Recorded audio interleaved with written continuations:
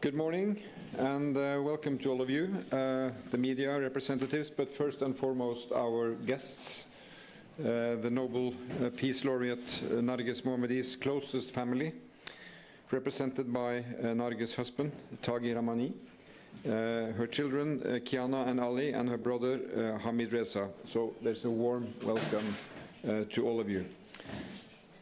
Winners of the Nobel Prize spend time in Oslo, and they come close to the people of the city and the people of Norway. And I have just hosted a meeting, a breakfast, which is traditional, where I once again could convey my congratulations on this year's Nobel Peace Prize to Narges Mohammadi. I feel humble to be living in a peaceful country like Norway and to meet people who have to suffer from what a separated family is going through. We had a special meeting, very moving, informative in many ways, building on impressions that have touched us these last days. And this meeting was also a stark reminder of the sacrifices that Narges and her closest family have been going through and are going through every day in the struggle for freedom and universal human rights. You know that the Nobel Committee is an independent committee interpreting the will of Alfred Nobel, who died in 1896. At that time, Norway was actually under Sweden, but still Nobel decided that the Norwegian Parliament should appoint a committee to give the annual Nobel Peace Prize to the person who shall have done the most or best for fraternity between nations.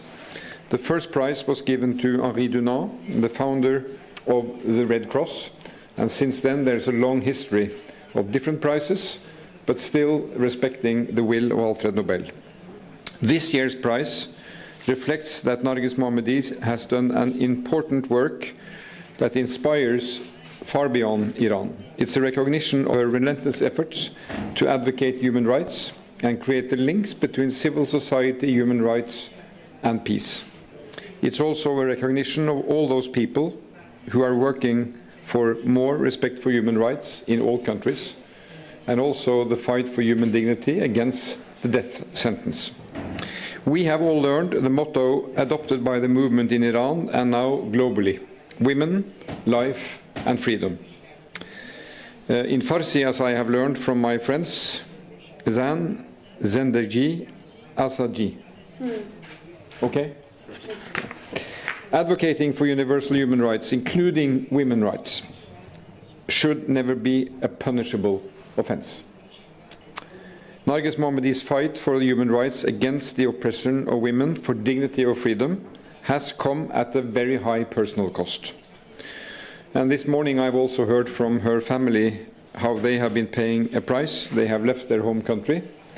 They are staying united, and they are staying also close to their mother, wife, and sister in their spirit and in their tireless work. It goes without saying that nobody should have to suffer like this for defending fundamental human rights for themselves or others. And let me end by saying that yesterday we marked the 75th anniversary of the adoption of the Universal Declaration for Human Rights. And I'd like to quote the first line of this declaration: recognition of the inherent dignity and of the equal and inalienable rights of all members of the human family is the foundation of freedom, justice, and peace in the world. So I believe these words reminds us that the fulfillment of this right is not a given, and that for many they remain elusive.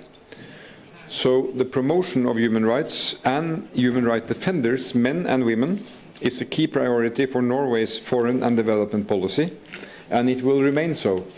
And this year's prize is a reminder of why it is so important. The women of Iran continue to inspire us all around the world. Their brave struggle and relentless fight for freedom and equality also make all of us humble, and Narges Mohammadi is a very brave individual and example of this. And we know, and we heard her message yesterday, that she will continue her fight for freedom, no matter the personal cost. That is a strong message to receive as we live in our free and stable Norway. I can promise that we, for Norway's part, will not cease to fight to raise her case and the rights she fights for. We heard from Narges children yesterday. They gave a powerful statement in the City Hall. I think they have conveyed their messages, so there's nothing more to add to that. So that's why I also now give the floor to the press if there are questions. Thank you very much, Prime Minister. We will open for 2 questions from each media. Please specify to whom you are asking and use the microphone. We'll start with TV2. Hi, Heidi Hegvik, TV2. I have a question for Støre first. What will Norway do now to contribute to Mohammadi's fight for human rights and especially women's rights in Iran? Well, our message has been very clear before this prize in support of universal human rights for the people of Iran and all peoples fighting for these rights when they are under oppression. There is always this debate that should you comment on internal affairs in other countries. And we hear from different states that we don't have the right to comment on that. But the universality of the human rights, I think, give every person, every government, every civil society the right and the responsibility to raise these issues. So Norway will continue to make our position very clear as Norway and to work with other countries to support the right of Iranians, men, women, children, to enjoy these rights. And as we have discussed today, the vibrant civil society is key for change and stability in a country. And the civil society of Iran should have those rights, same rights as we have, and we will continue to advocate for that. Okay, thank you. I have a question for Kiana and Ali. What is your message to the Norwegian politicians you have met today?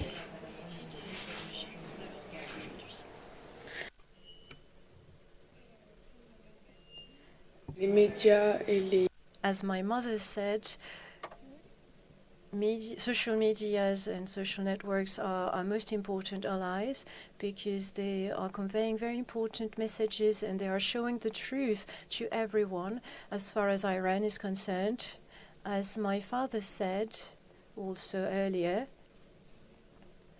our first goal will be to re-establish free access to internet in Iran so that new messages can be transmitted, so that the Iranian people can see they are not alone, that we are supporting them, and thus they can gather strength and courage to fight in the future. And also, so the whole world can see the evil and tyranny of the Iranian government and what they are doing to their people. I think the most important has been said, but what we are asking people in the world is to be our voice, to support us, to share what is happening in Iran, because as you are defending our democracy, you are also defending your own democracy. Thank you. Thank you very much. Question, NRK, please. Kristine Kjendalen, NRK. Jonas Gahr Store, you say you will continue to mark Norway's position. What will that look like? Will you give more concrete support as Narges Mohammadi is asking for? Well, as I say, this Nobel Peace Prize is an expression from the Nobel Committee on the basis of the will of Alfred Nobel. We have congratulated the winner, and we can also state that this is falling in line with what Norway as a country and as a government for a long time has been stating very clearly concerning human rights, democracy and freedom in Iran. And that means that we will continue. This is not something we start today. We will continue our policy of making these positions clear, be it in international fora, in the UN, in human rights context, also bilaterally.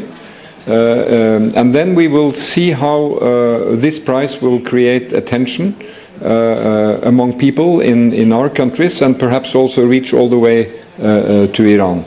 But this is not something that any single country can fix. We have to be principled together on these key human rights values.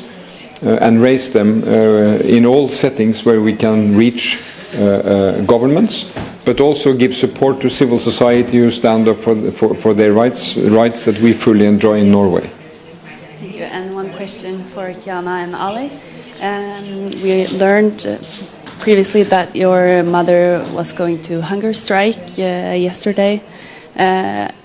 Have you been able to get any news on how she's doing? Je vais commencer par répondre. I'll start. Hunger strikes by my mother have not started yesterday. She has already done a hunger strike before because she had been refused access to hospitals because she was not wearing her mandatory hijab. So she went on a hunger strike for this reason. She wanted to go to hospital because she had physical conditions and she has a heart vein which is currently blocked, and she was not allowed access to hospital without her mandatory hijab. She went on hunger strike, and she managed to get to the hospital without her hijab, so it was a victory. But she only had X-rays, and maybe now she's hospitalized. But what she did yesterday was to show her support, because despite the fact that she's not in Norway, she is aware of the situation and she will do everything she can for women's rights and democracy in Iran. Let's also underline that she was supporting by this hunger strike her two cellmates who were being pressured because of their ethnic origin, and she went on a hunger strike to support these two women. When political prisoners in Iran do hunger strike, it's because they have reached their limits. It's because the government and the militaries have been pressuring them. We are, of course, worried, but we are very proud that our mother was allowed to have medical exams without her hijab. Next, please, Iran International TV. Thank you so much, Mr. Prime Minister. Also, thank you so much, Narges Mohammadi's family. I have two questions to Mr. Prime Minister. Narges Mohammadi and imprisoned civil activists in Iran have requested to Western countries for support.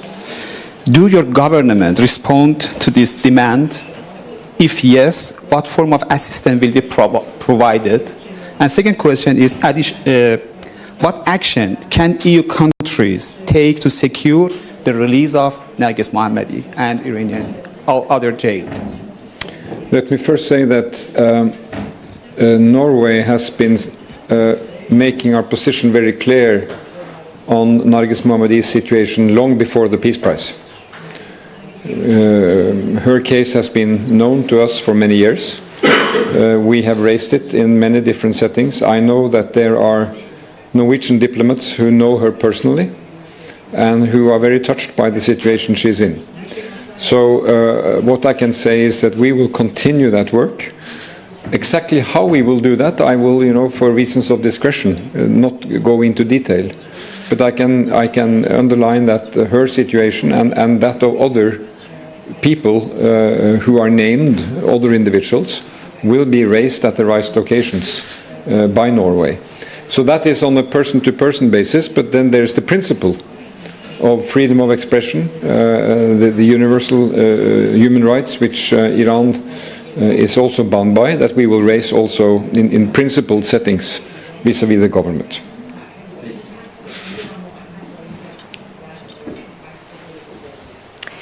Thank you. Next question, Ungdomsavisa, the youth newspaper, please. My first question goes to the Prime Minister. What can you say about the courage and strength Kiana, Ali and her husband and her brother has shown over many long years in support of Narges? Well, as I said, I think we are all humbled and impressed. I have 3 children. They have both been 17, and I have been 17. And I can, just imagine what it is for 2 young people at the age of 17 to stand in front of the world community and speak out on behalf of their mother as yesterday. I think we were all very touched by that. But it is also, yesterday was a day of great celebration. But the rest of the year there are 364 days where they think about their mother and they miss their mother and they think about the situation she's in. So I have very great respect for these fine people and for how they are speaking out and how they are standing up for her and also for the cause that she is fighting for. Thank you. And my second question goes to Ali and Chiara. Do you ever feel the international community is failing you and that they are not doing enough to help you and your case? If so, what do you think should be done? Je vais te laisser répondre en premier. First, I would like to come back on what the Prime Minister said. We're also very humble. Thank you first. It's very kind of you to say what you are saying. You're saying we are suffering from it, and that's true, but other children in Iran are 17. They have lost their mother. They have lost their father. They have relatives in prison, and parents have lost their children, and we feel extremely humble compared to them. And we hope we can speak about them and their situation as much as we can and what is happening in Iran. The international community has shown great solidarity with Iran, and we thank the international community. We hope that we can do more. As my sister said, free access to internet is important. In 2015, the Islamic government in Iran shut down the internet and killed 1,500 people within 7 days. And I think it's extremely important to be able to speak about Iran, to denounce what is happening there. It should always be part of the media and the current topics. You know, at the beginning, we were receiving uncles and families and other children, and we would like to ask the Western government to have a clearer strategy about Iran. Thank you. I think my brother said the most important things. To come back on the internet issue, I want the internet to be reestablished in Iran because, as you know, information goes through social networks, social and medias a lot, and it's showing what the reality is in Iran. And then we will be able to pressure the Iranian government. They might be intimidated, and they might stop their violence to a point. Of course, we are still fighting, and as my mother said, victory is certain, but it would be good to start with a free internet, because it is through social media and through the internet that all information, all news, all topics and press are happening, and this is important to show this to the people. Thank you. Thank you, Kiana and Ali Rahmani. Thank you, Prime Minister. That's what we had time for today. Thank you all for coming. Thank you so much. Good.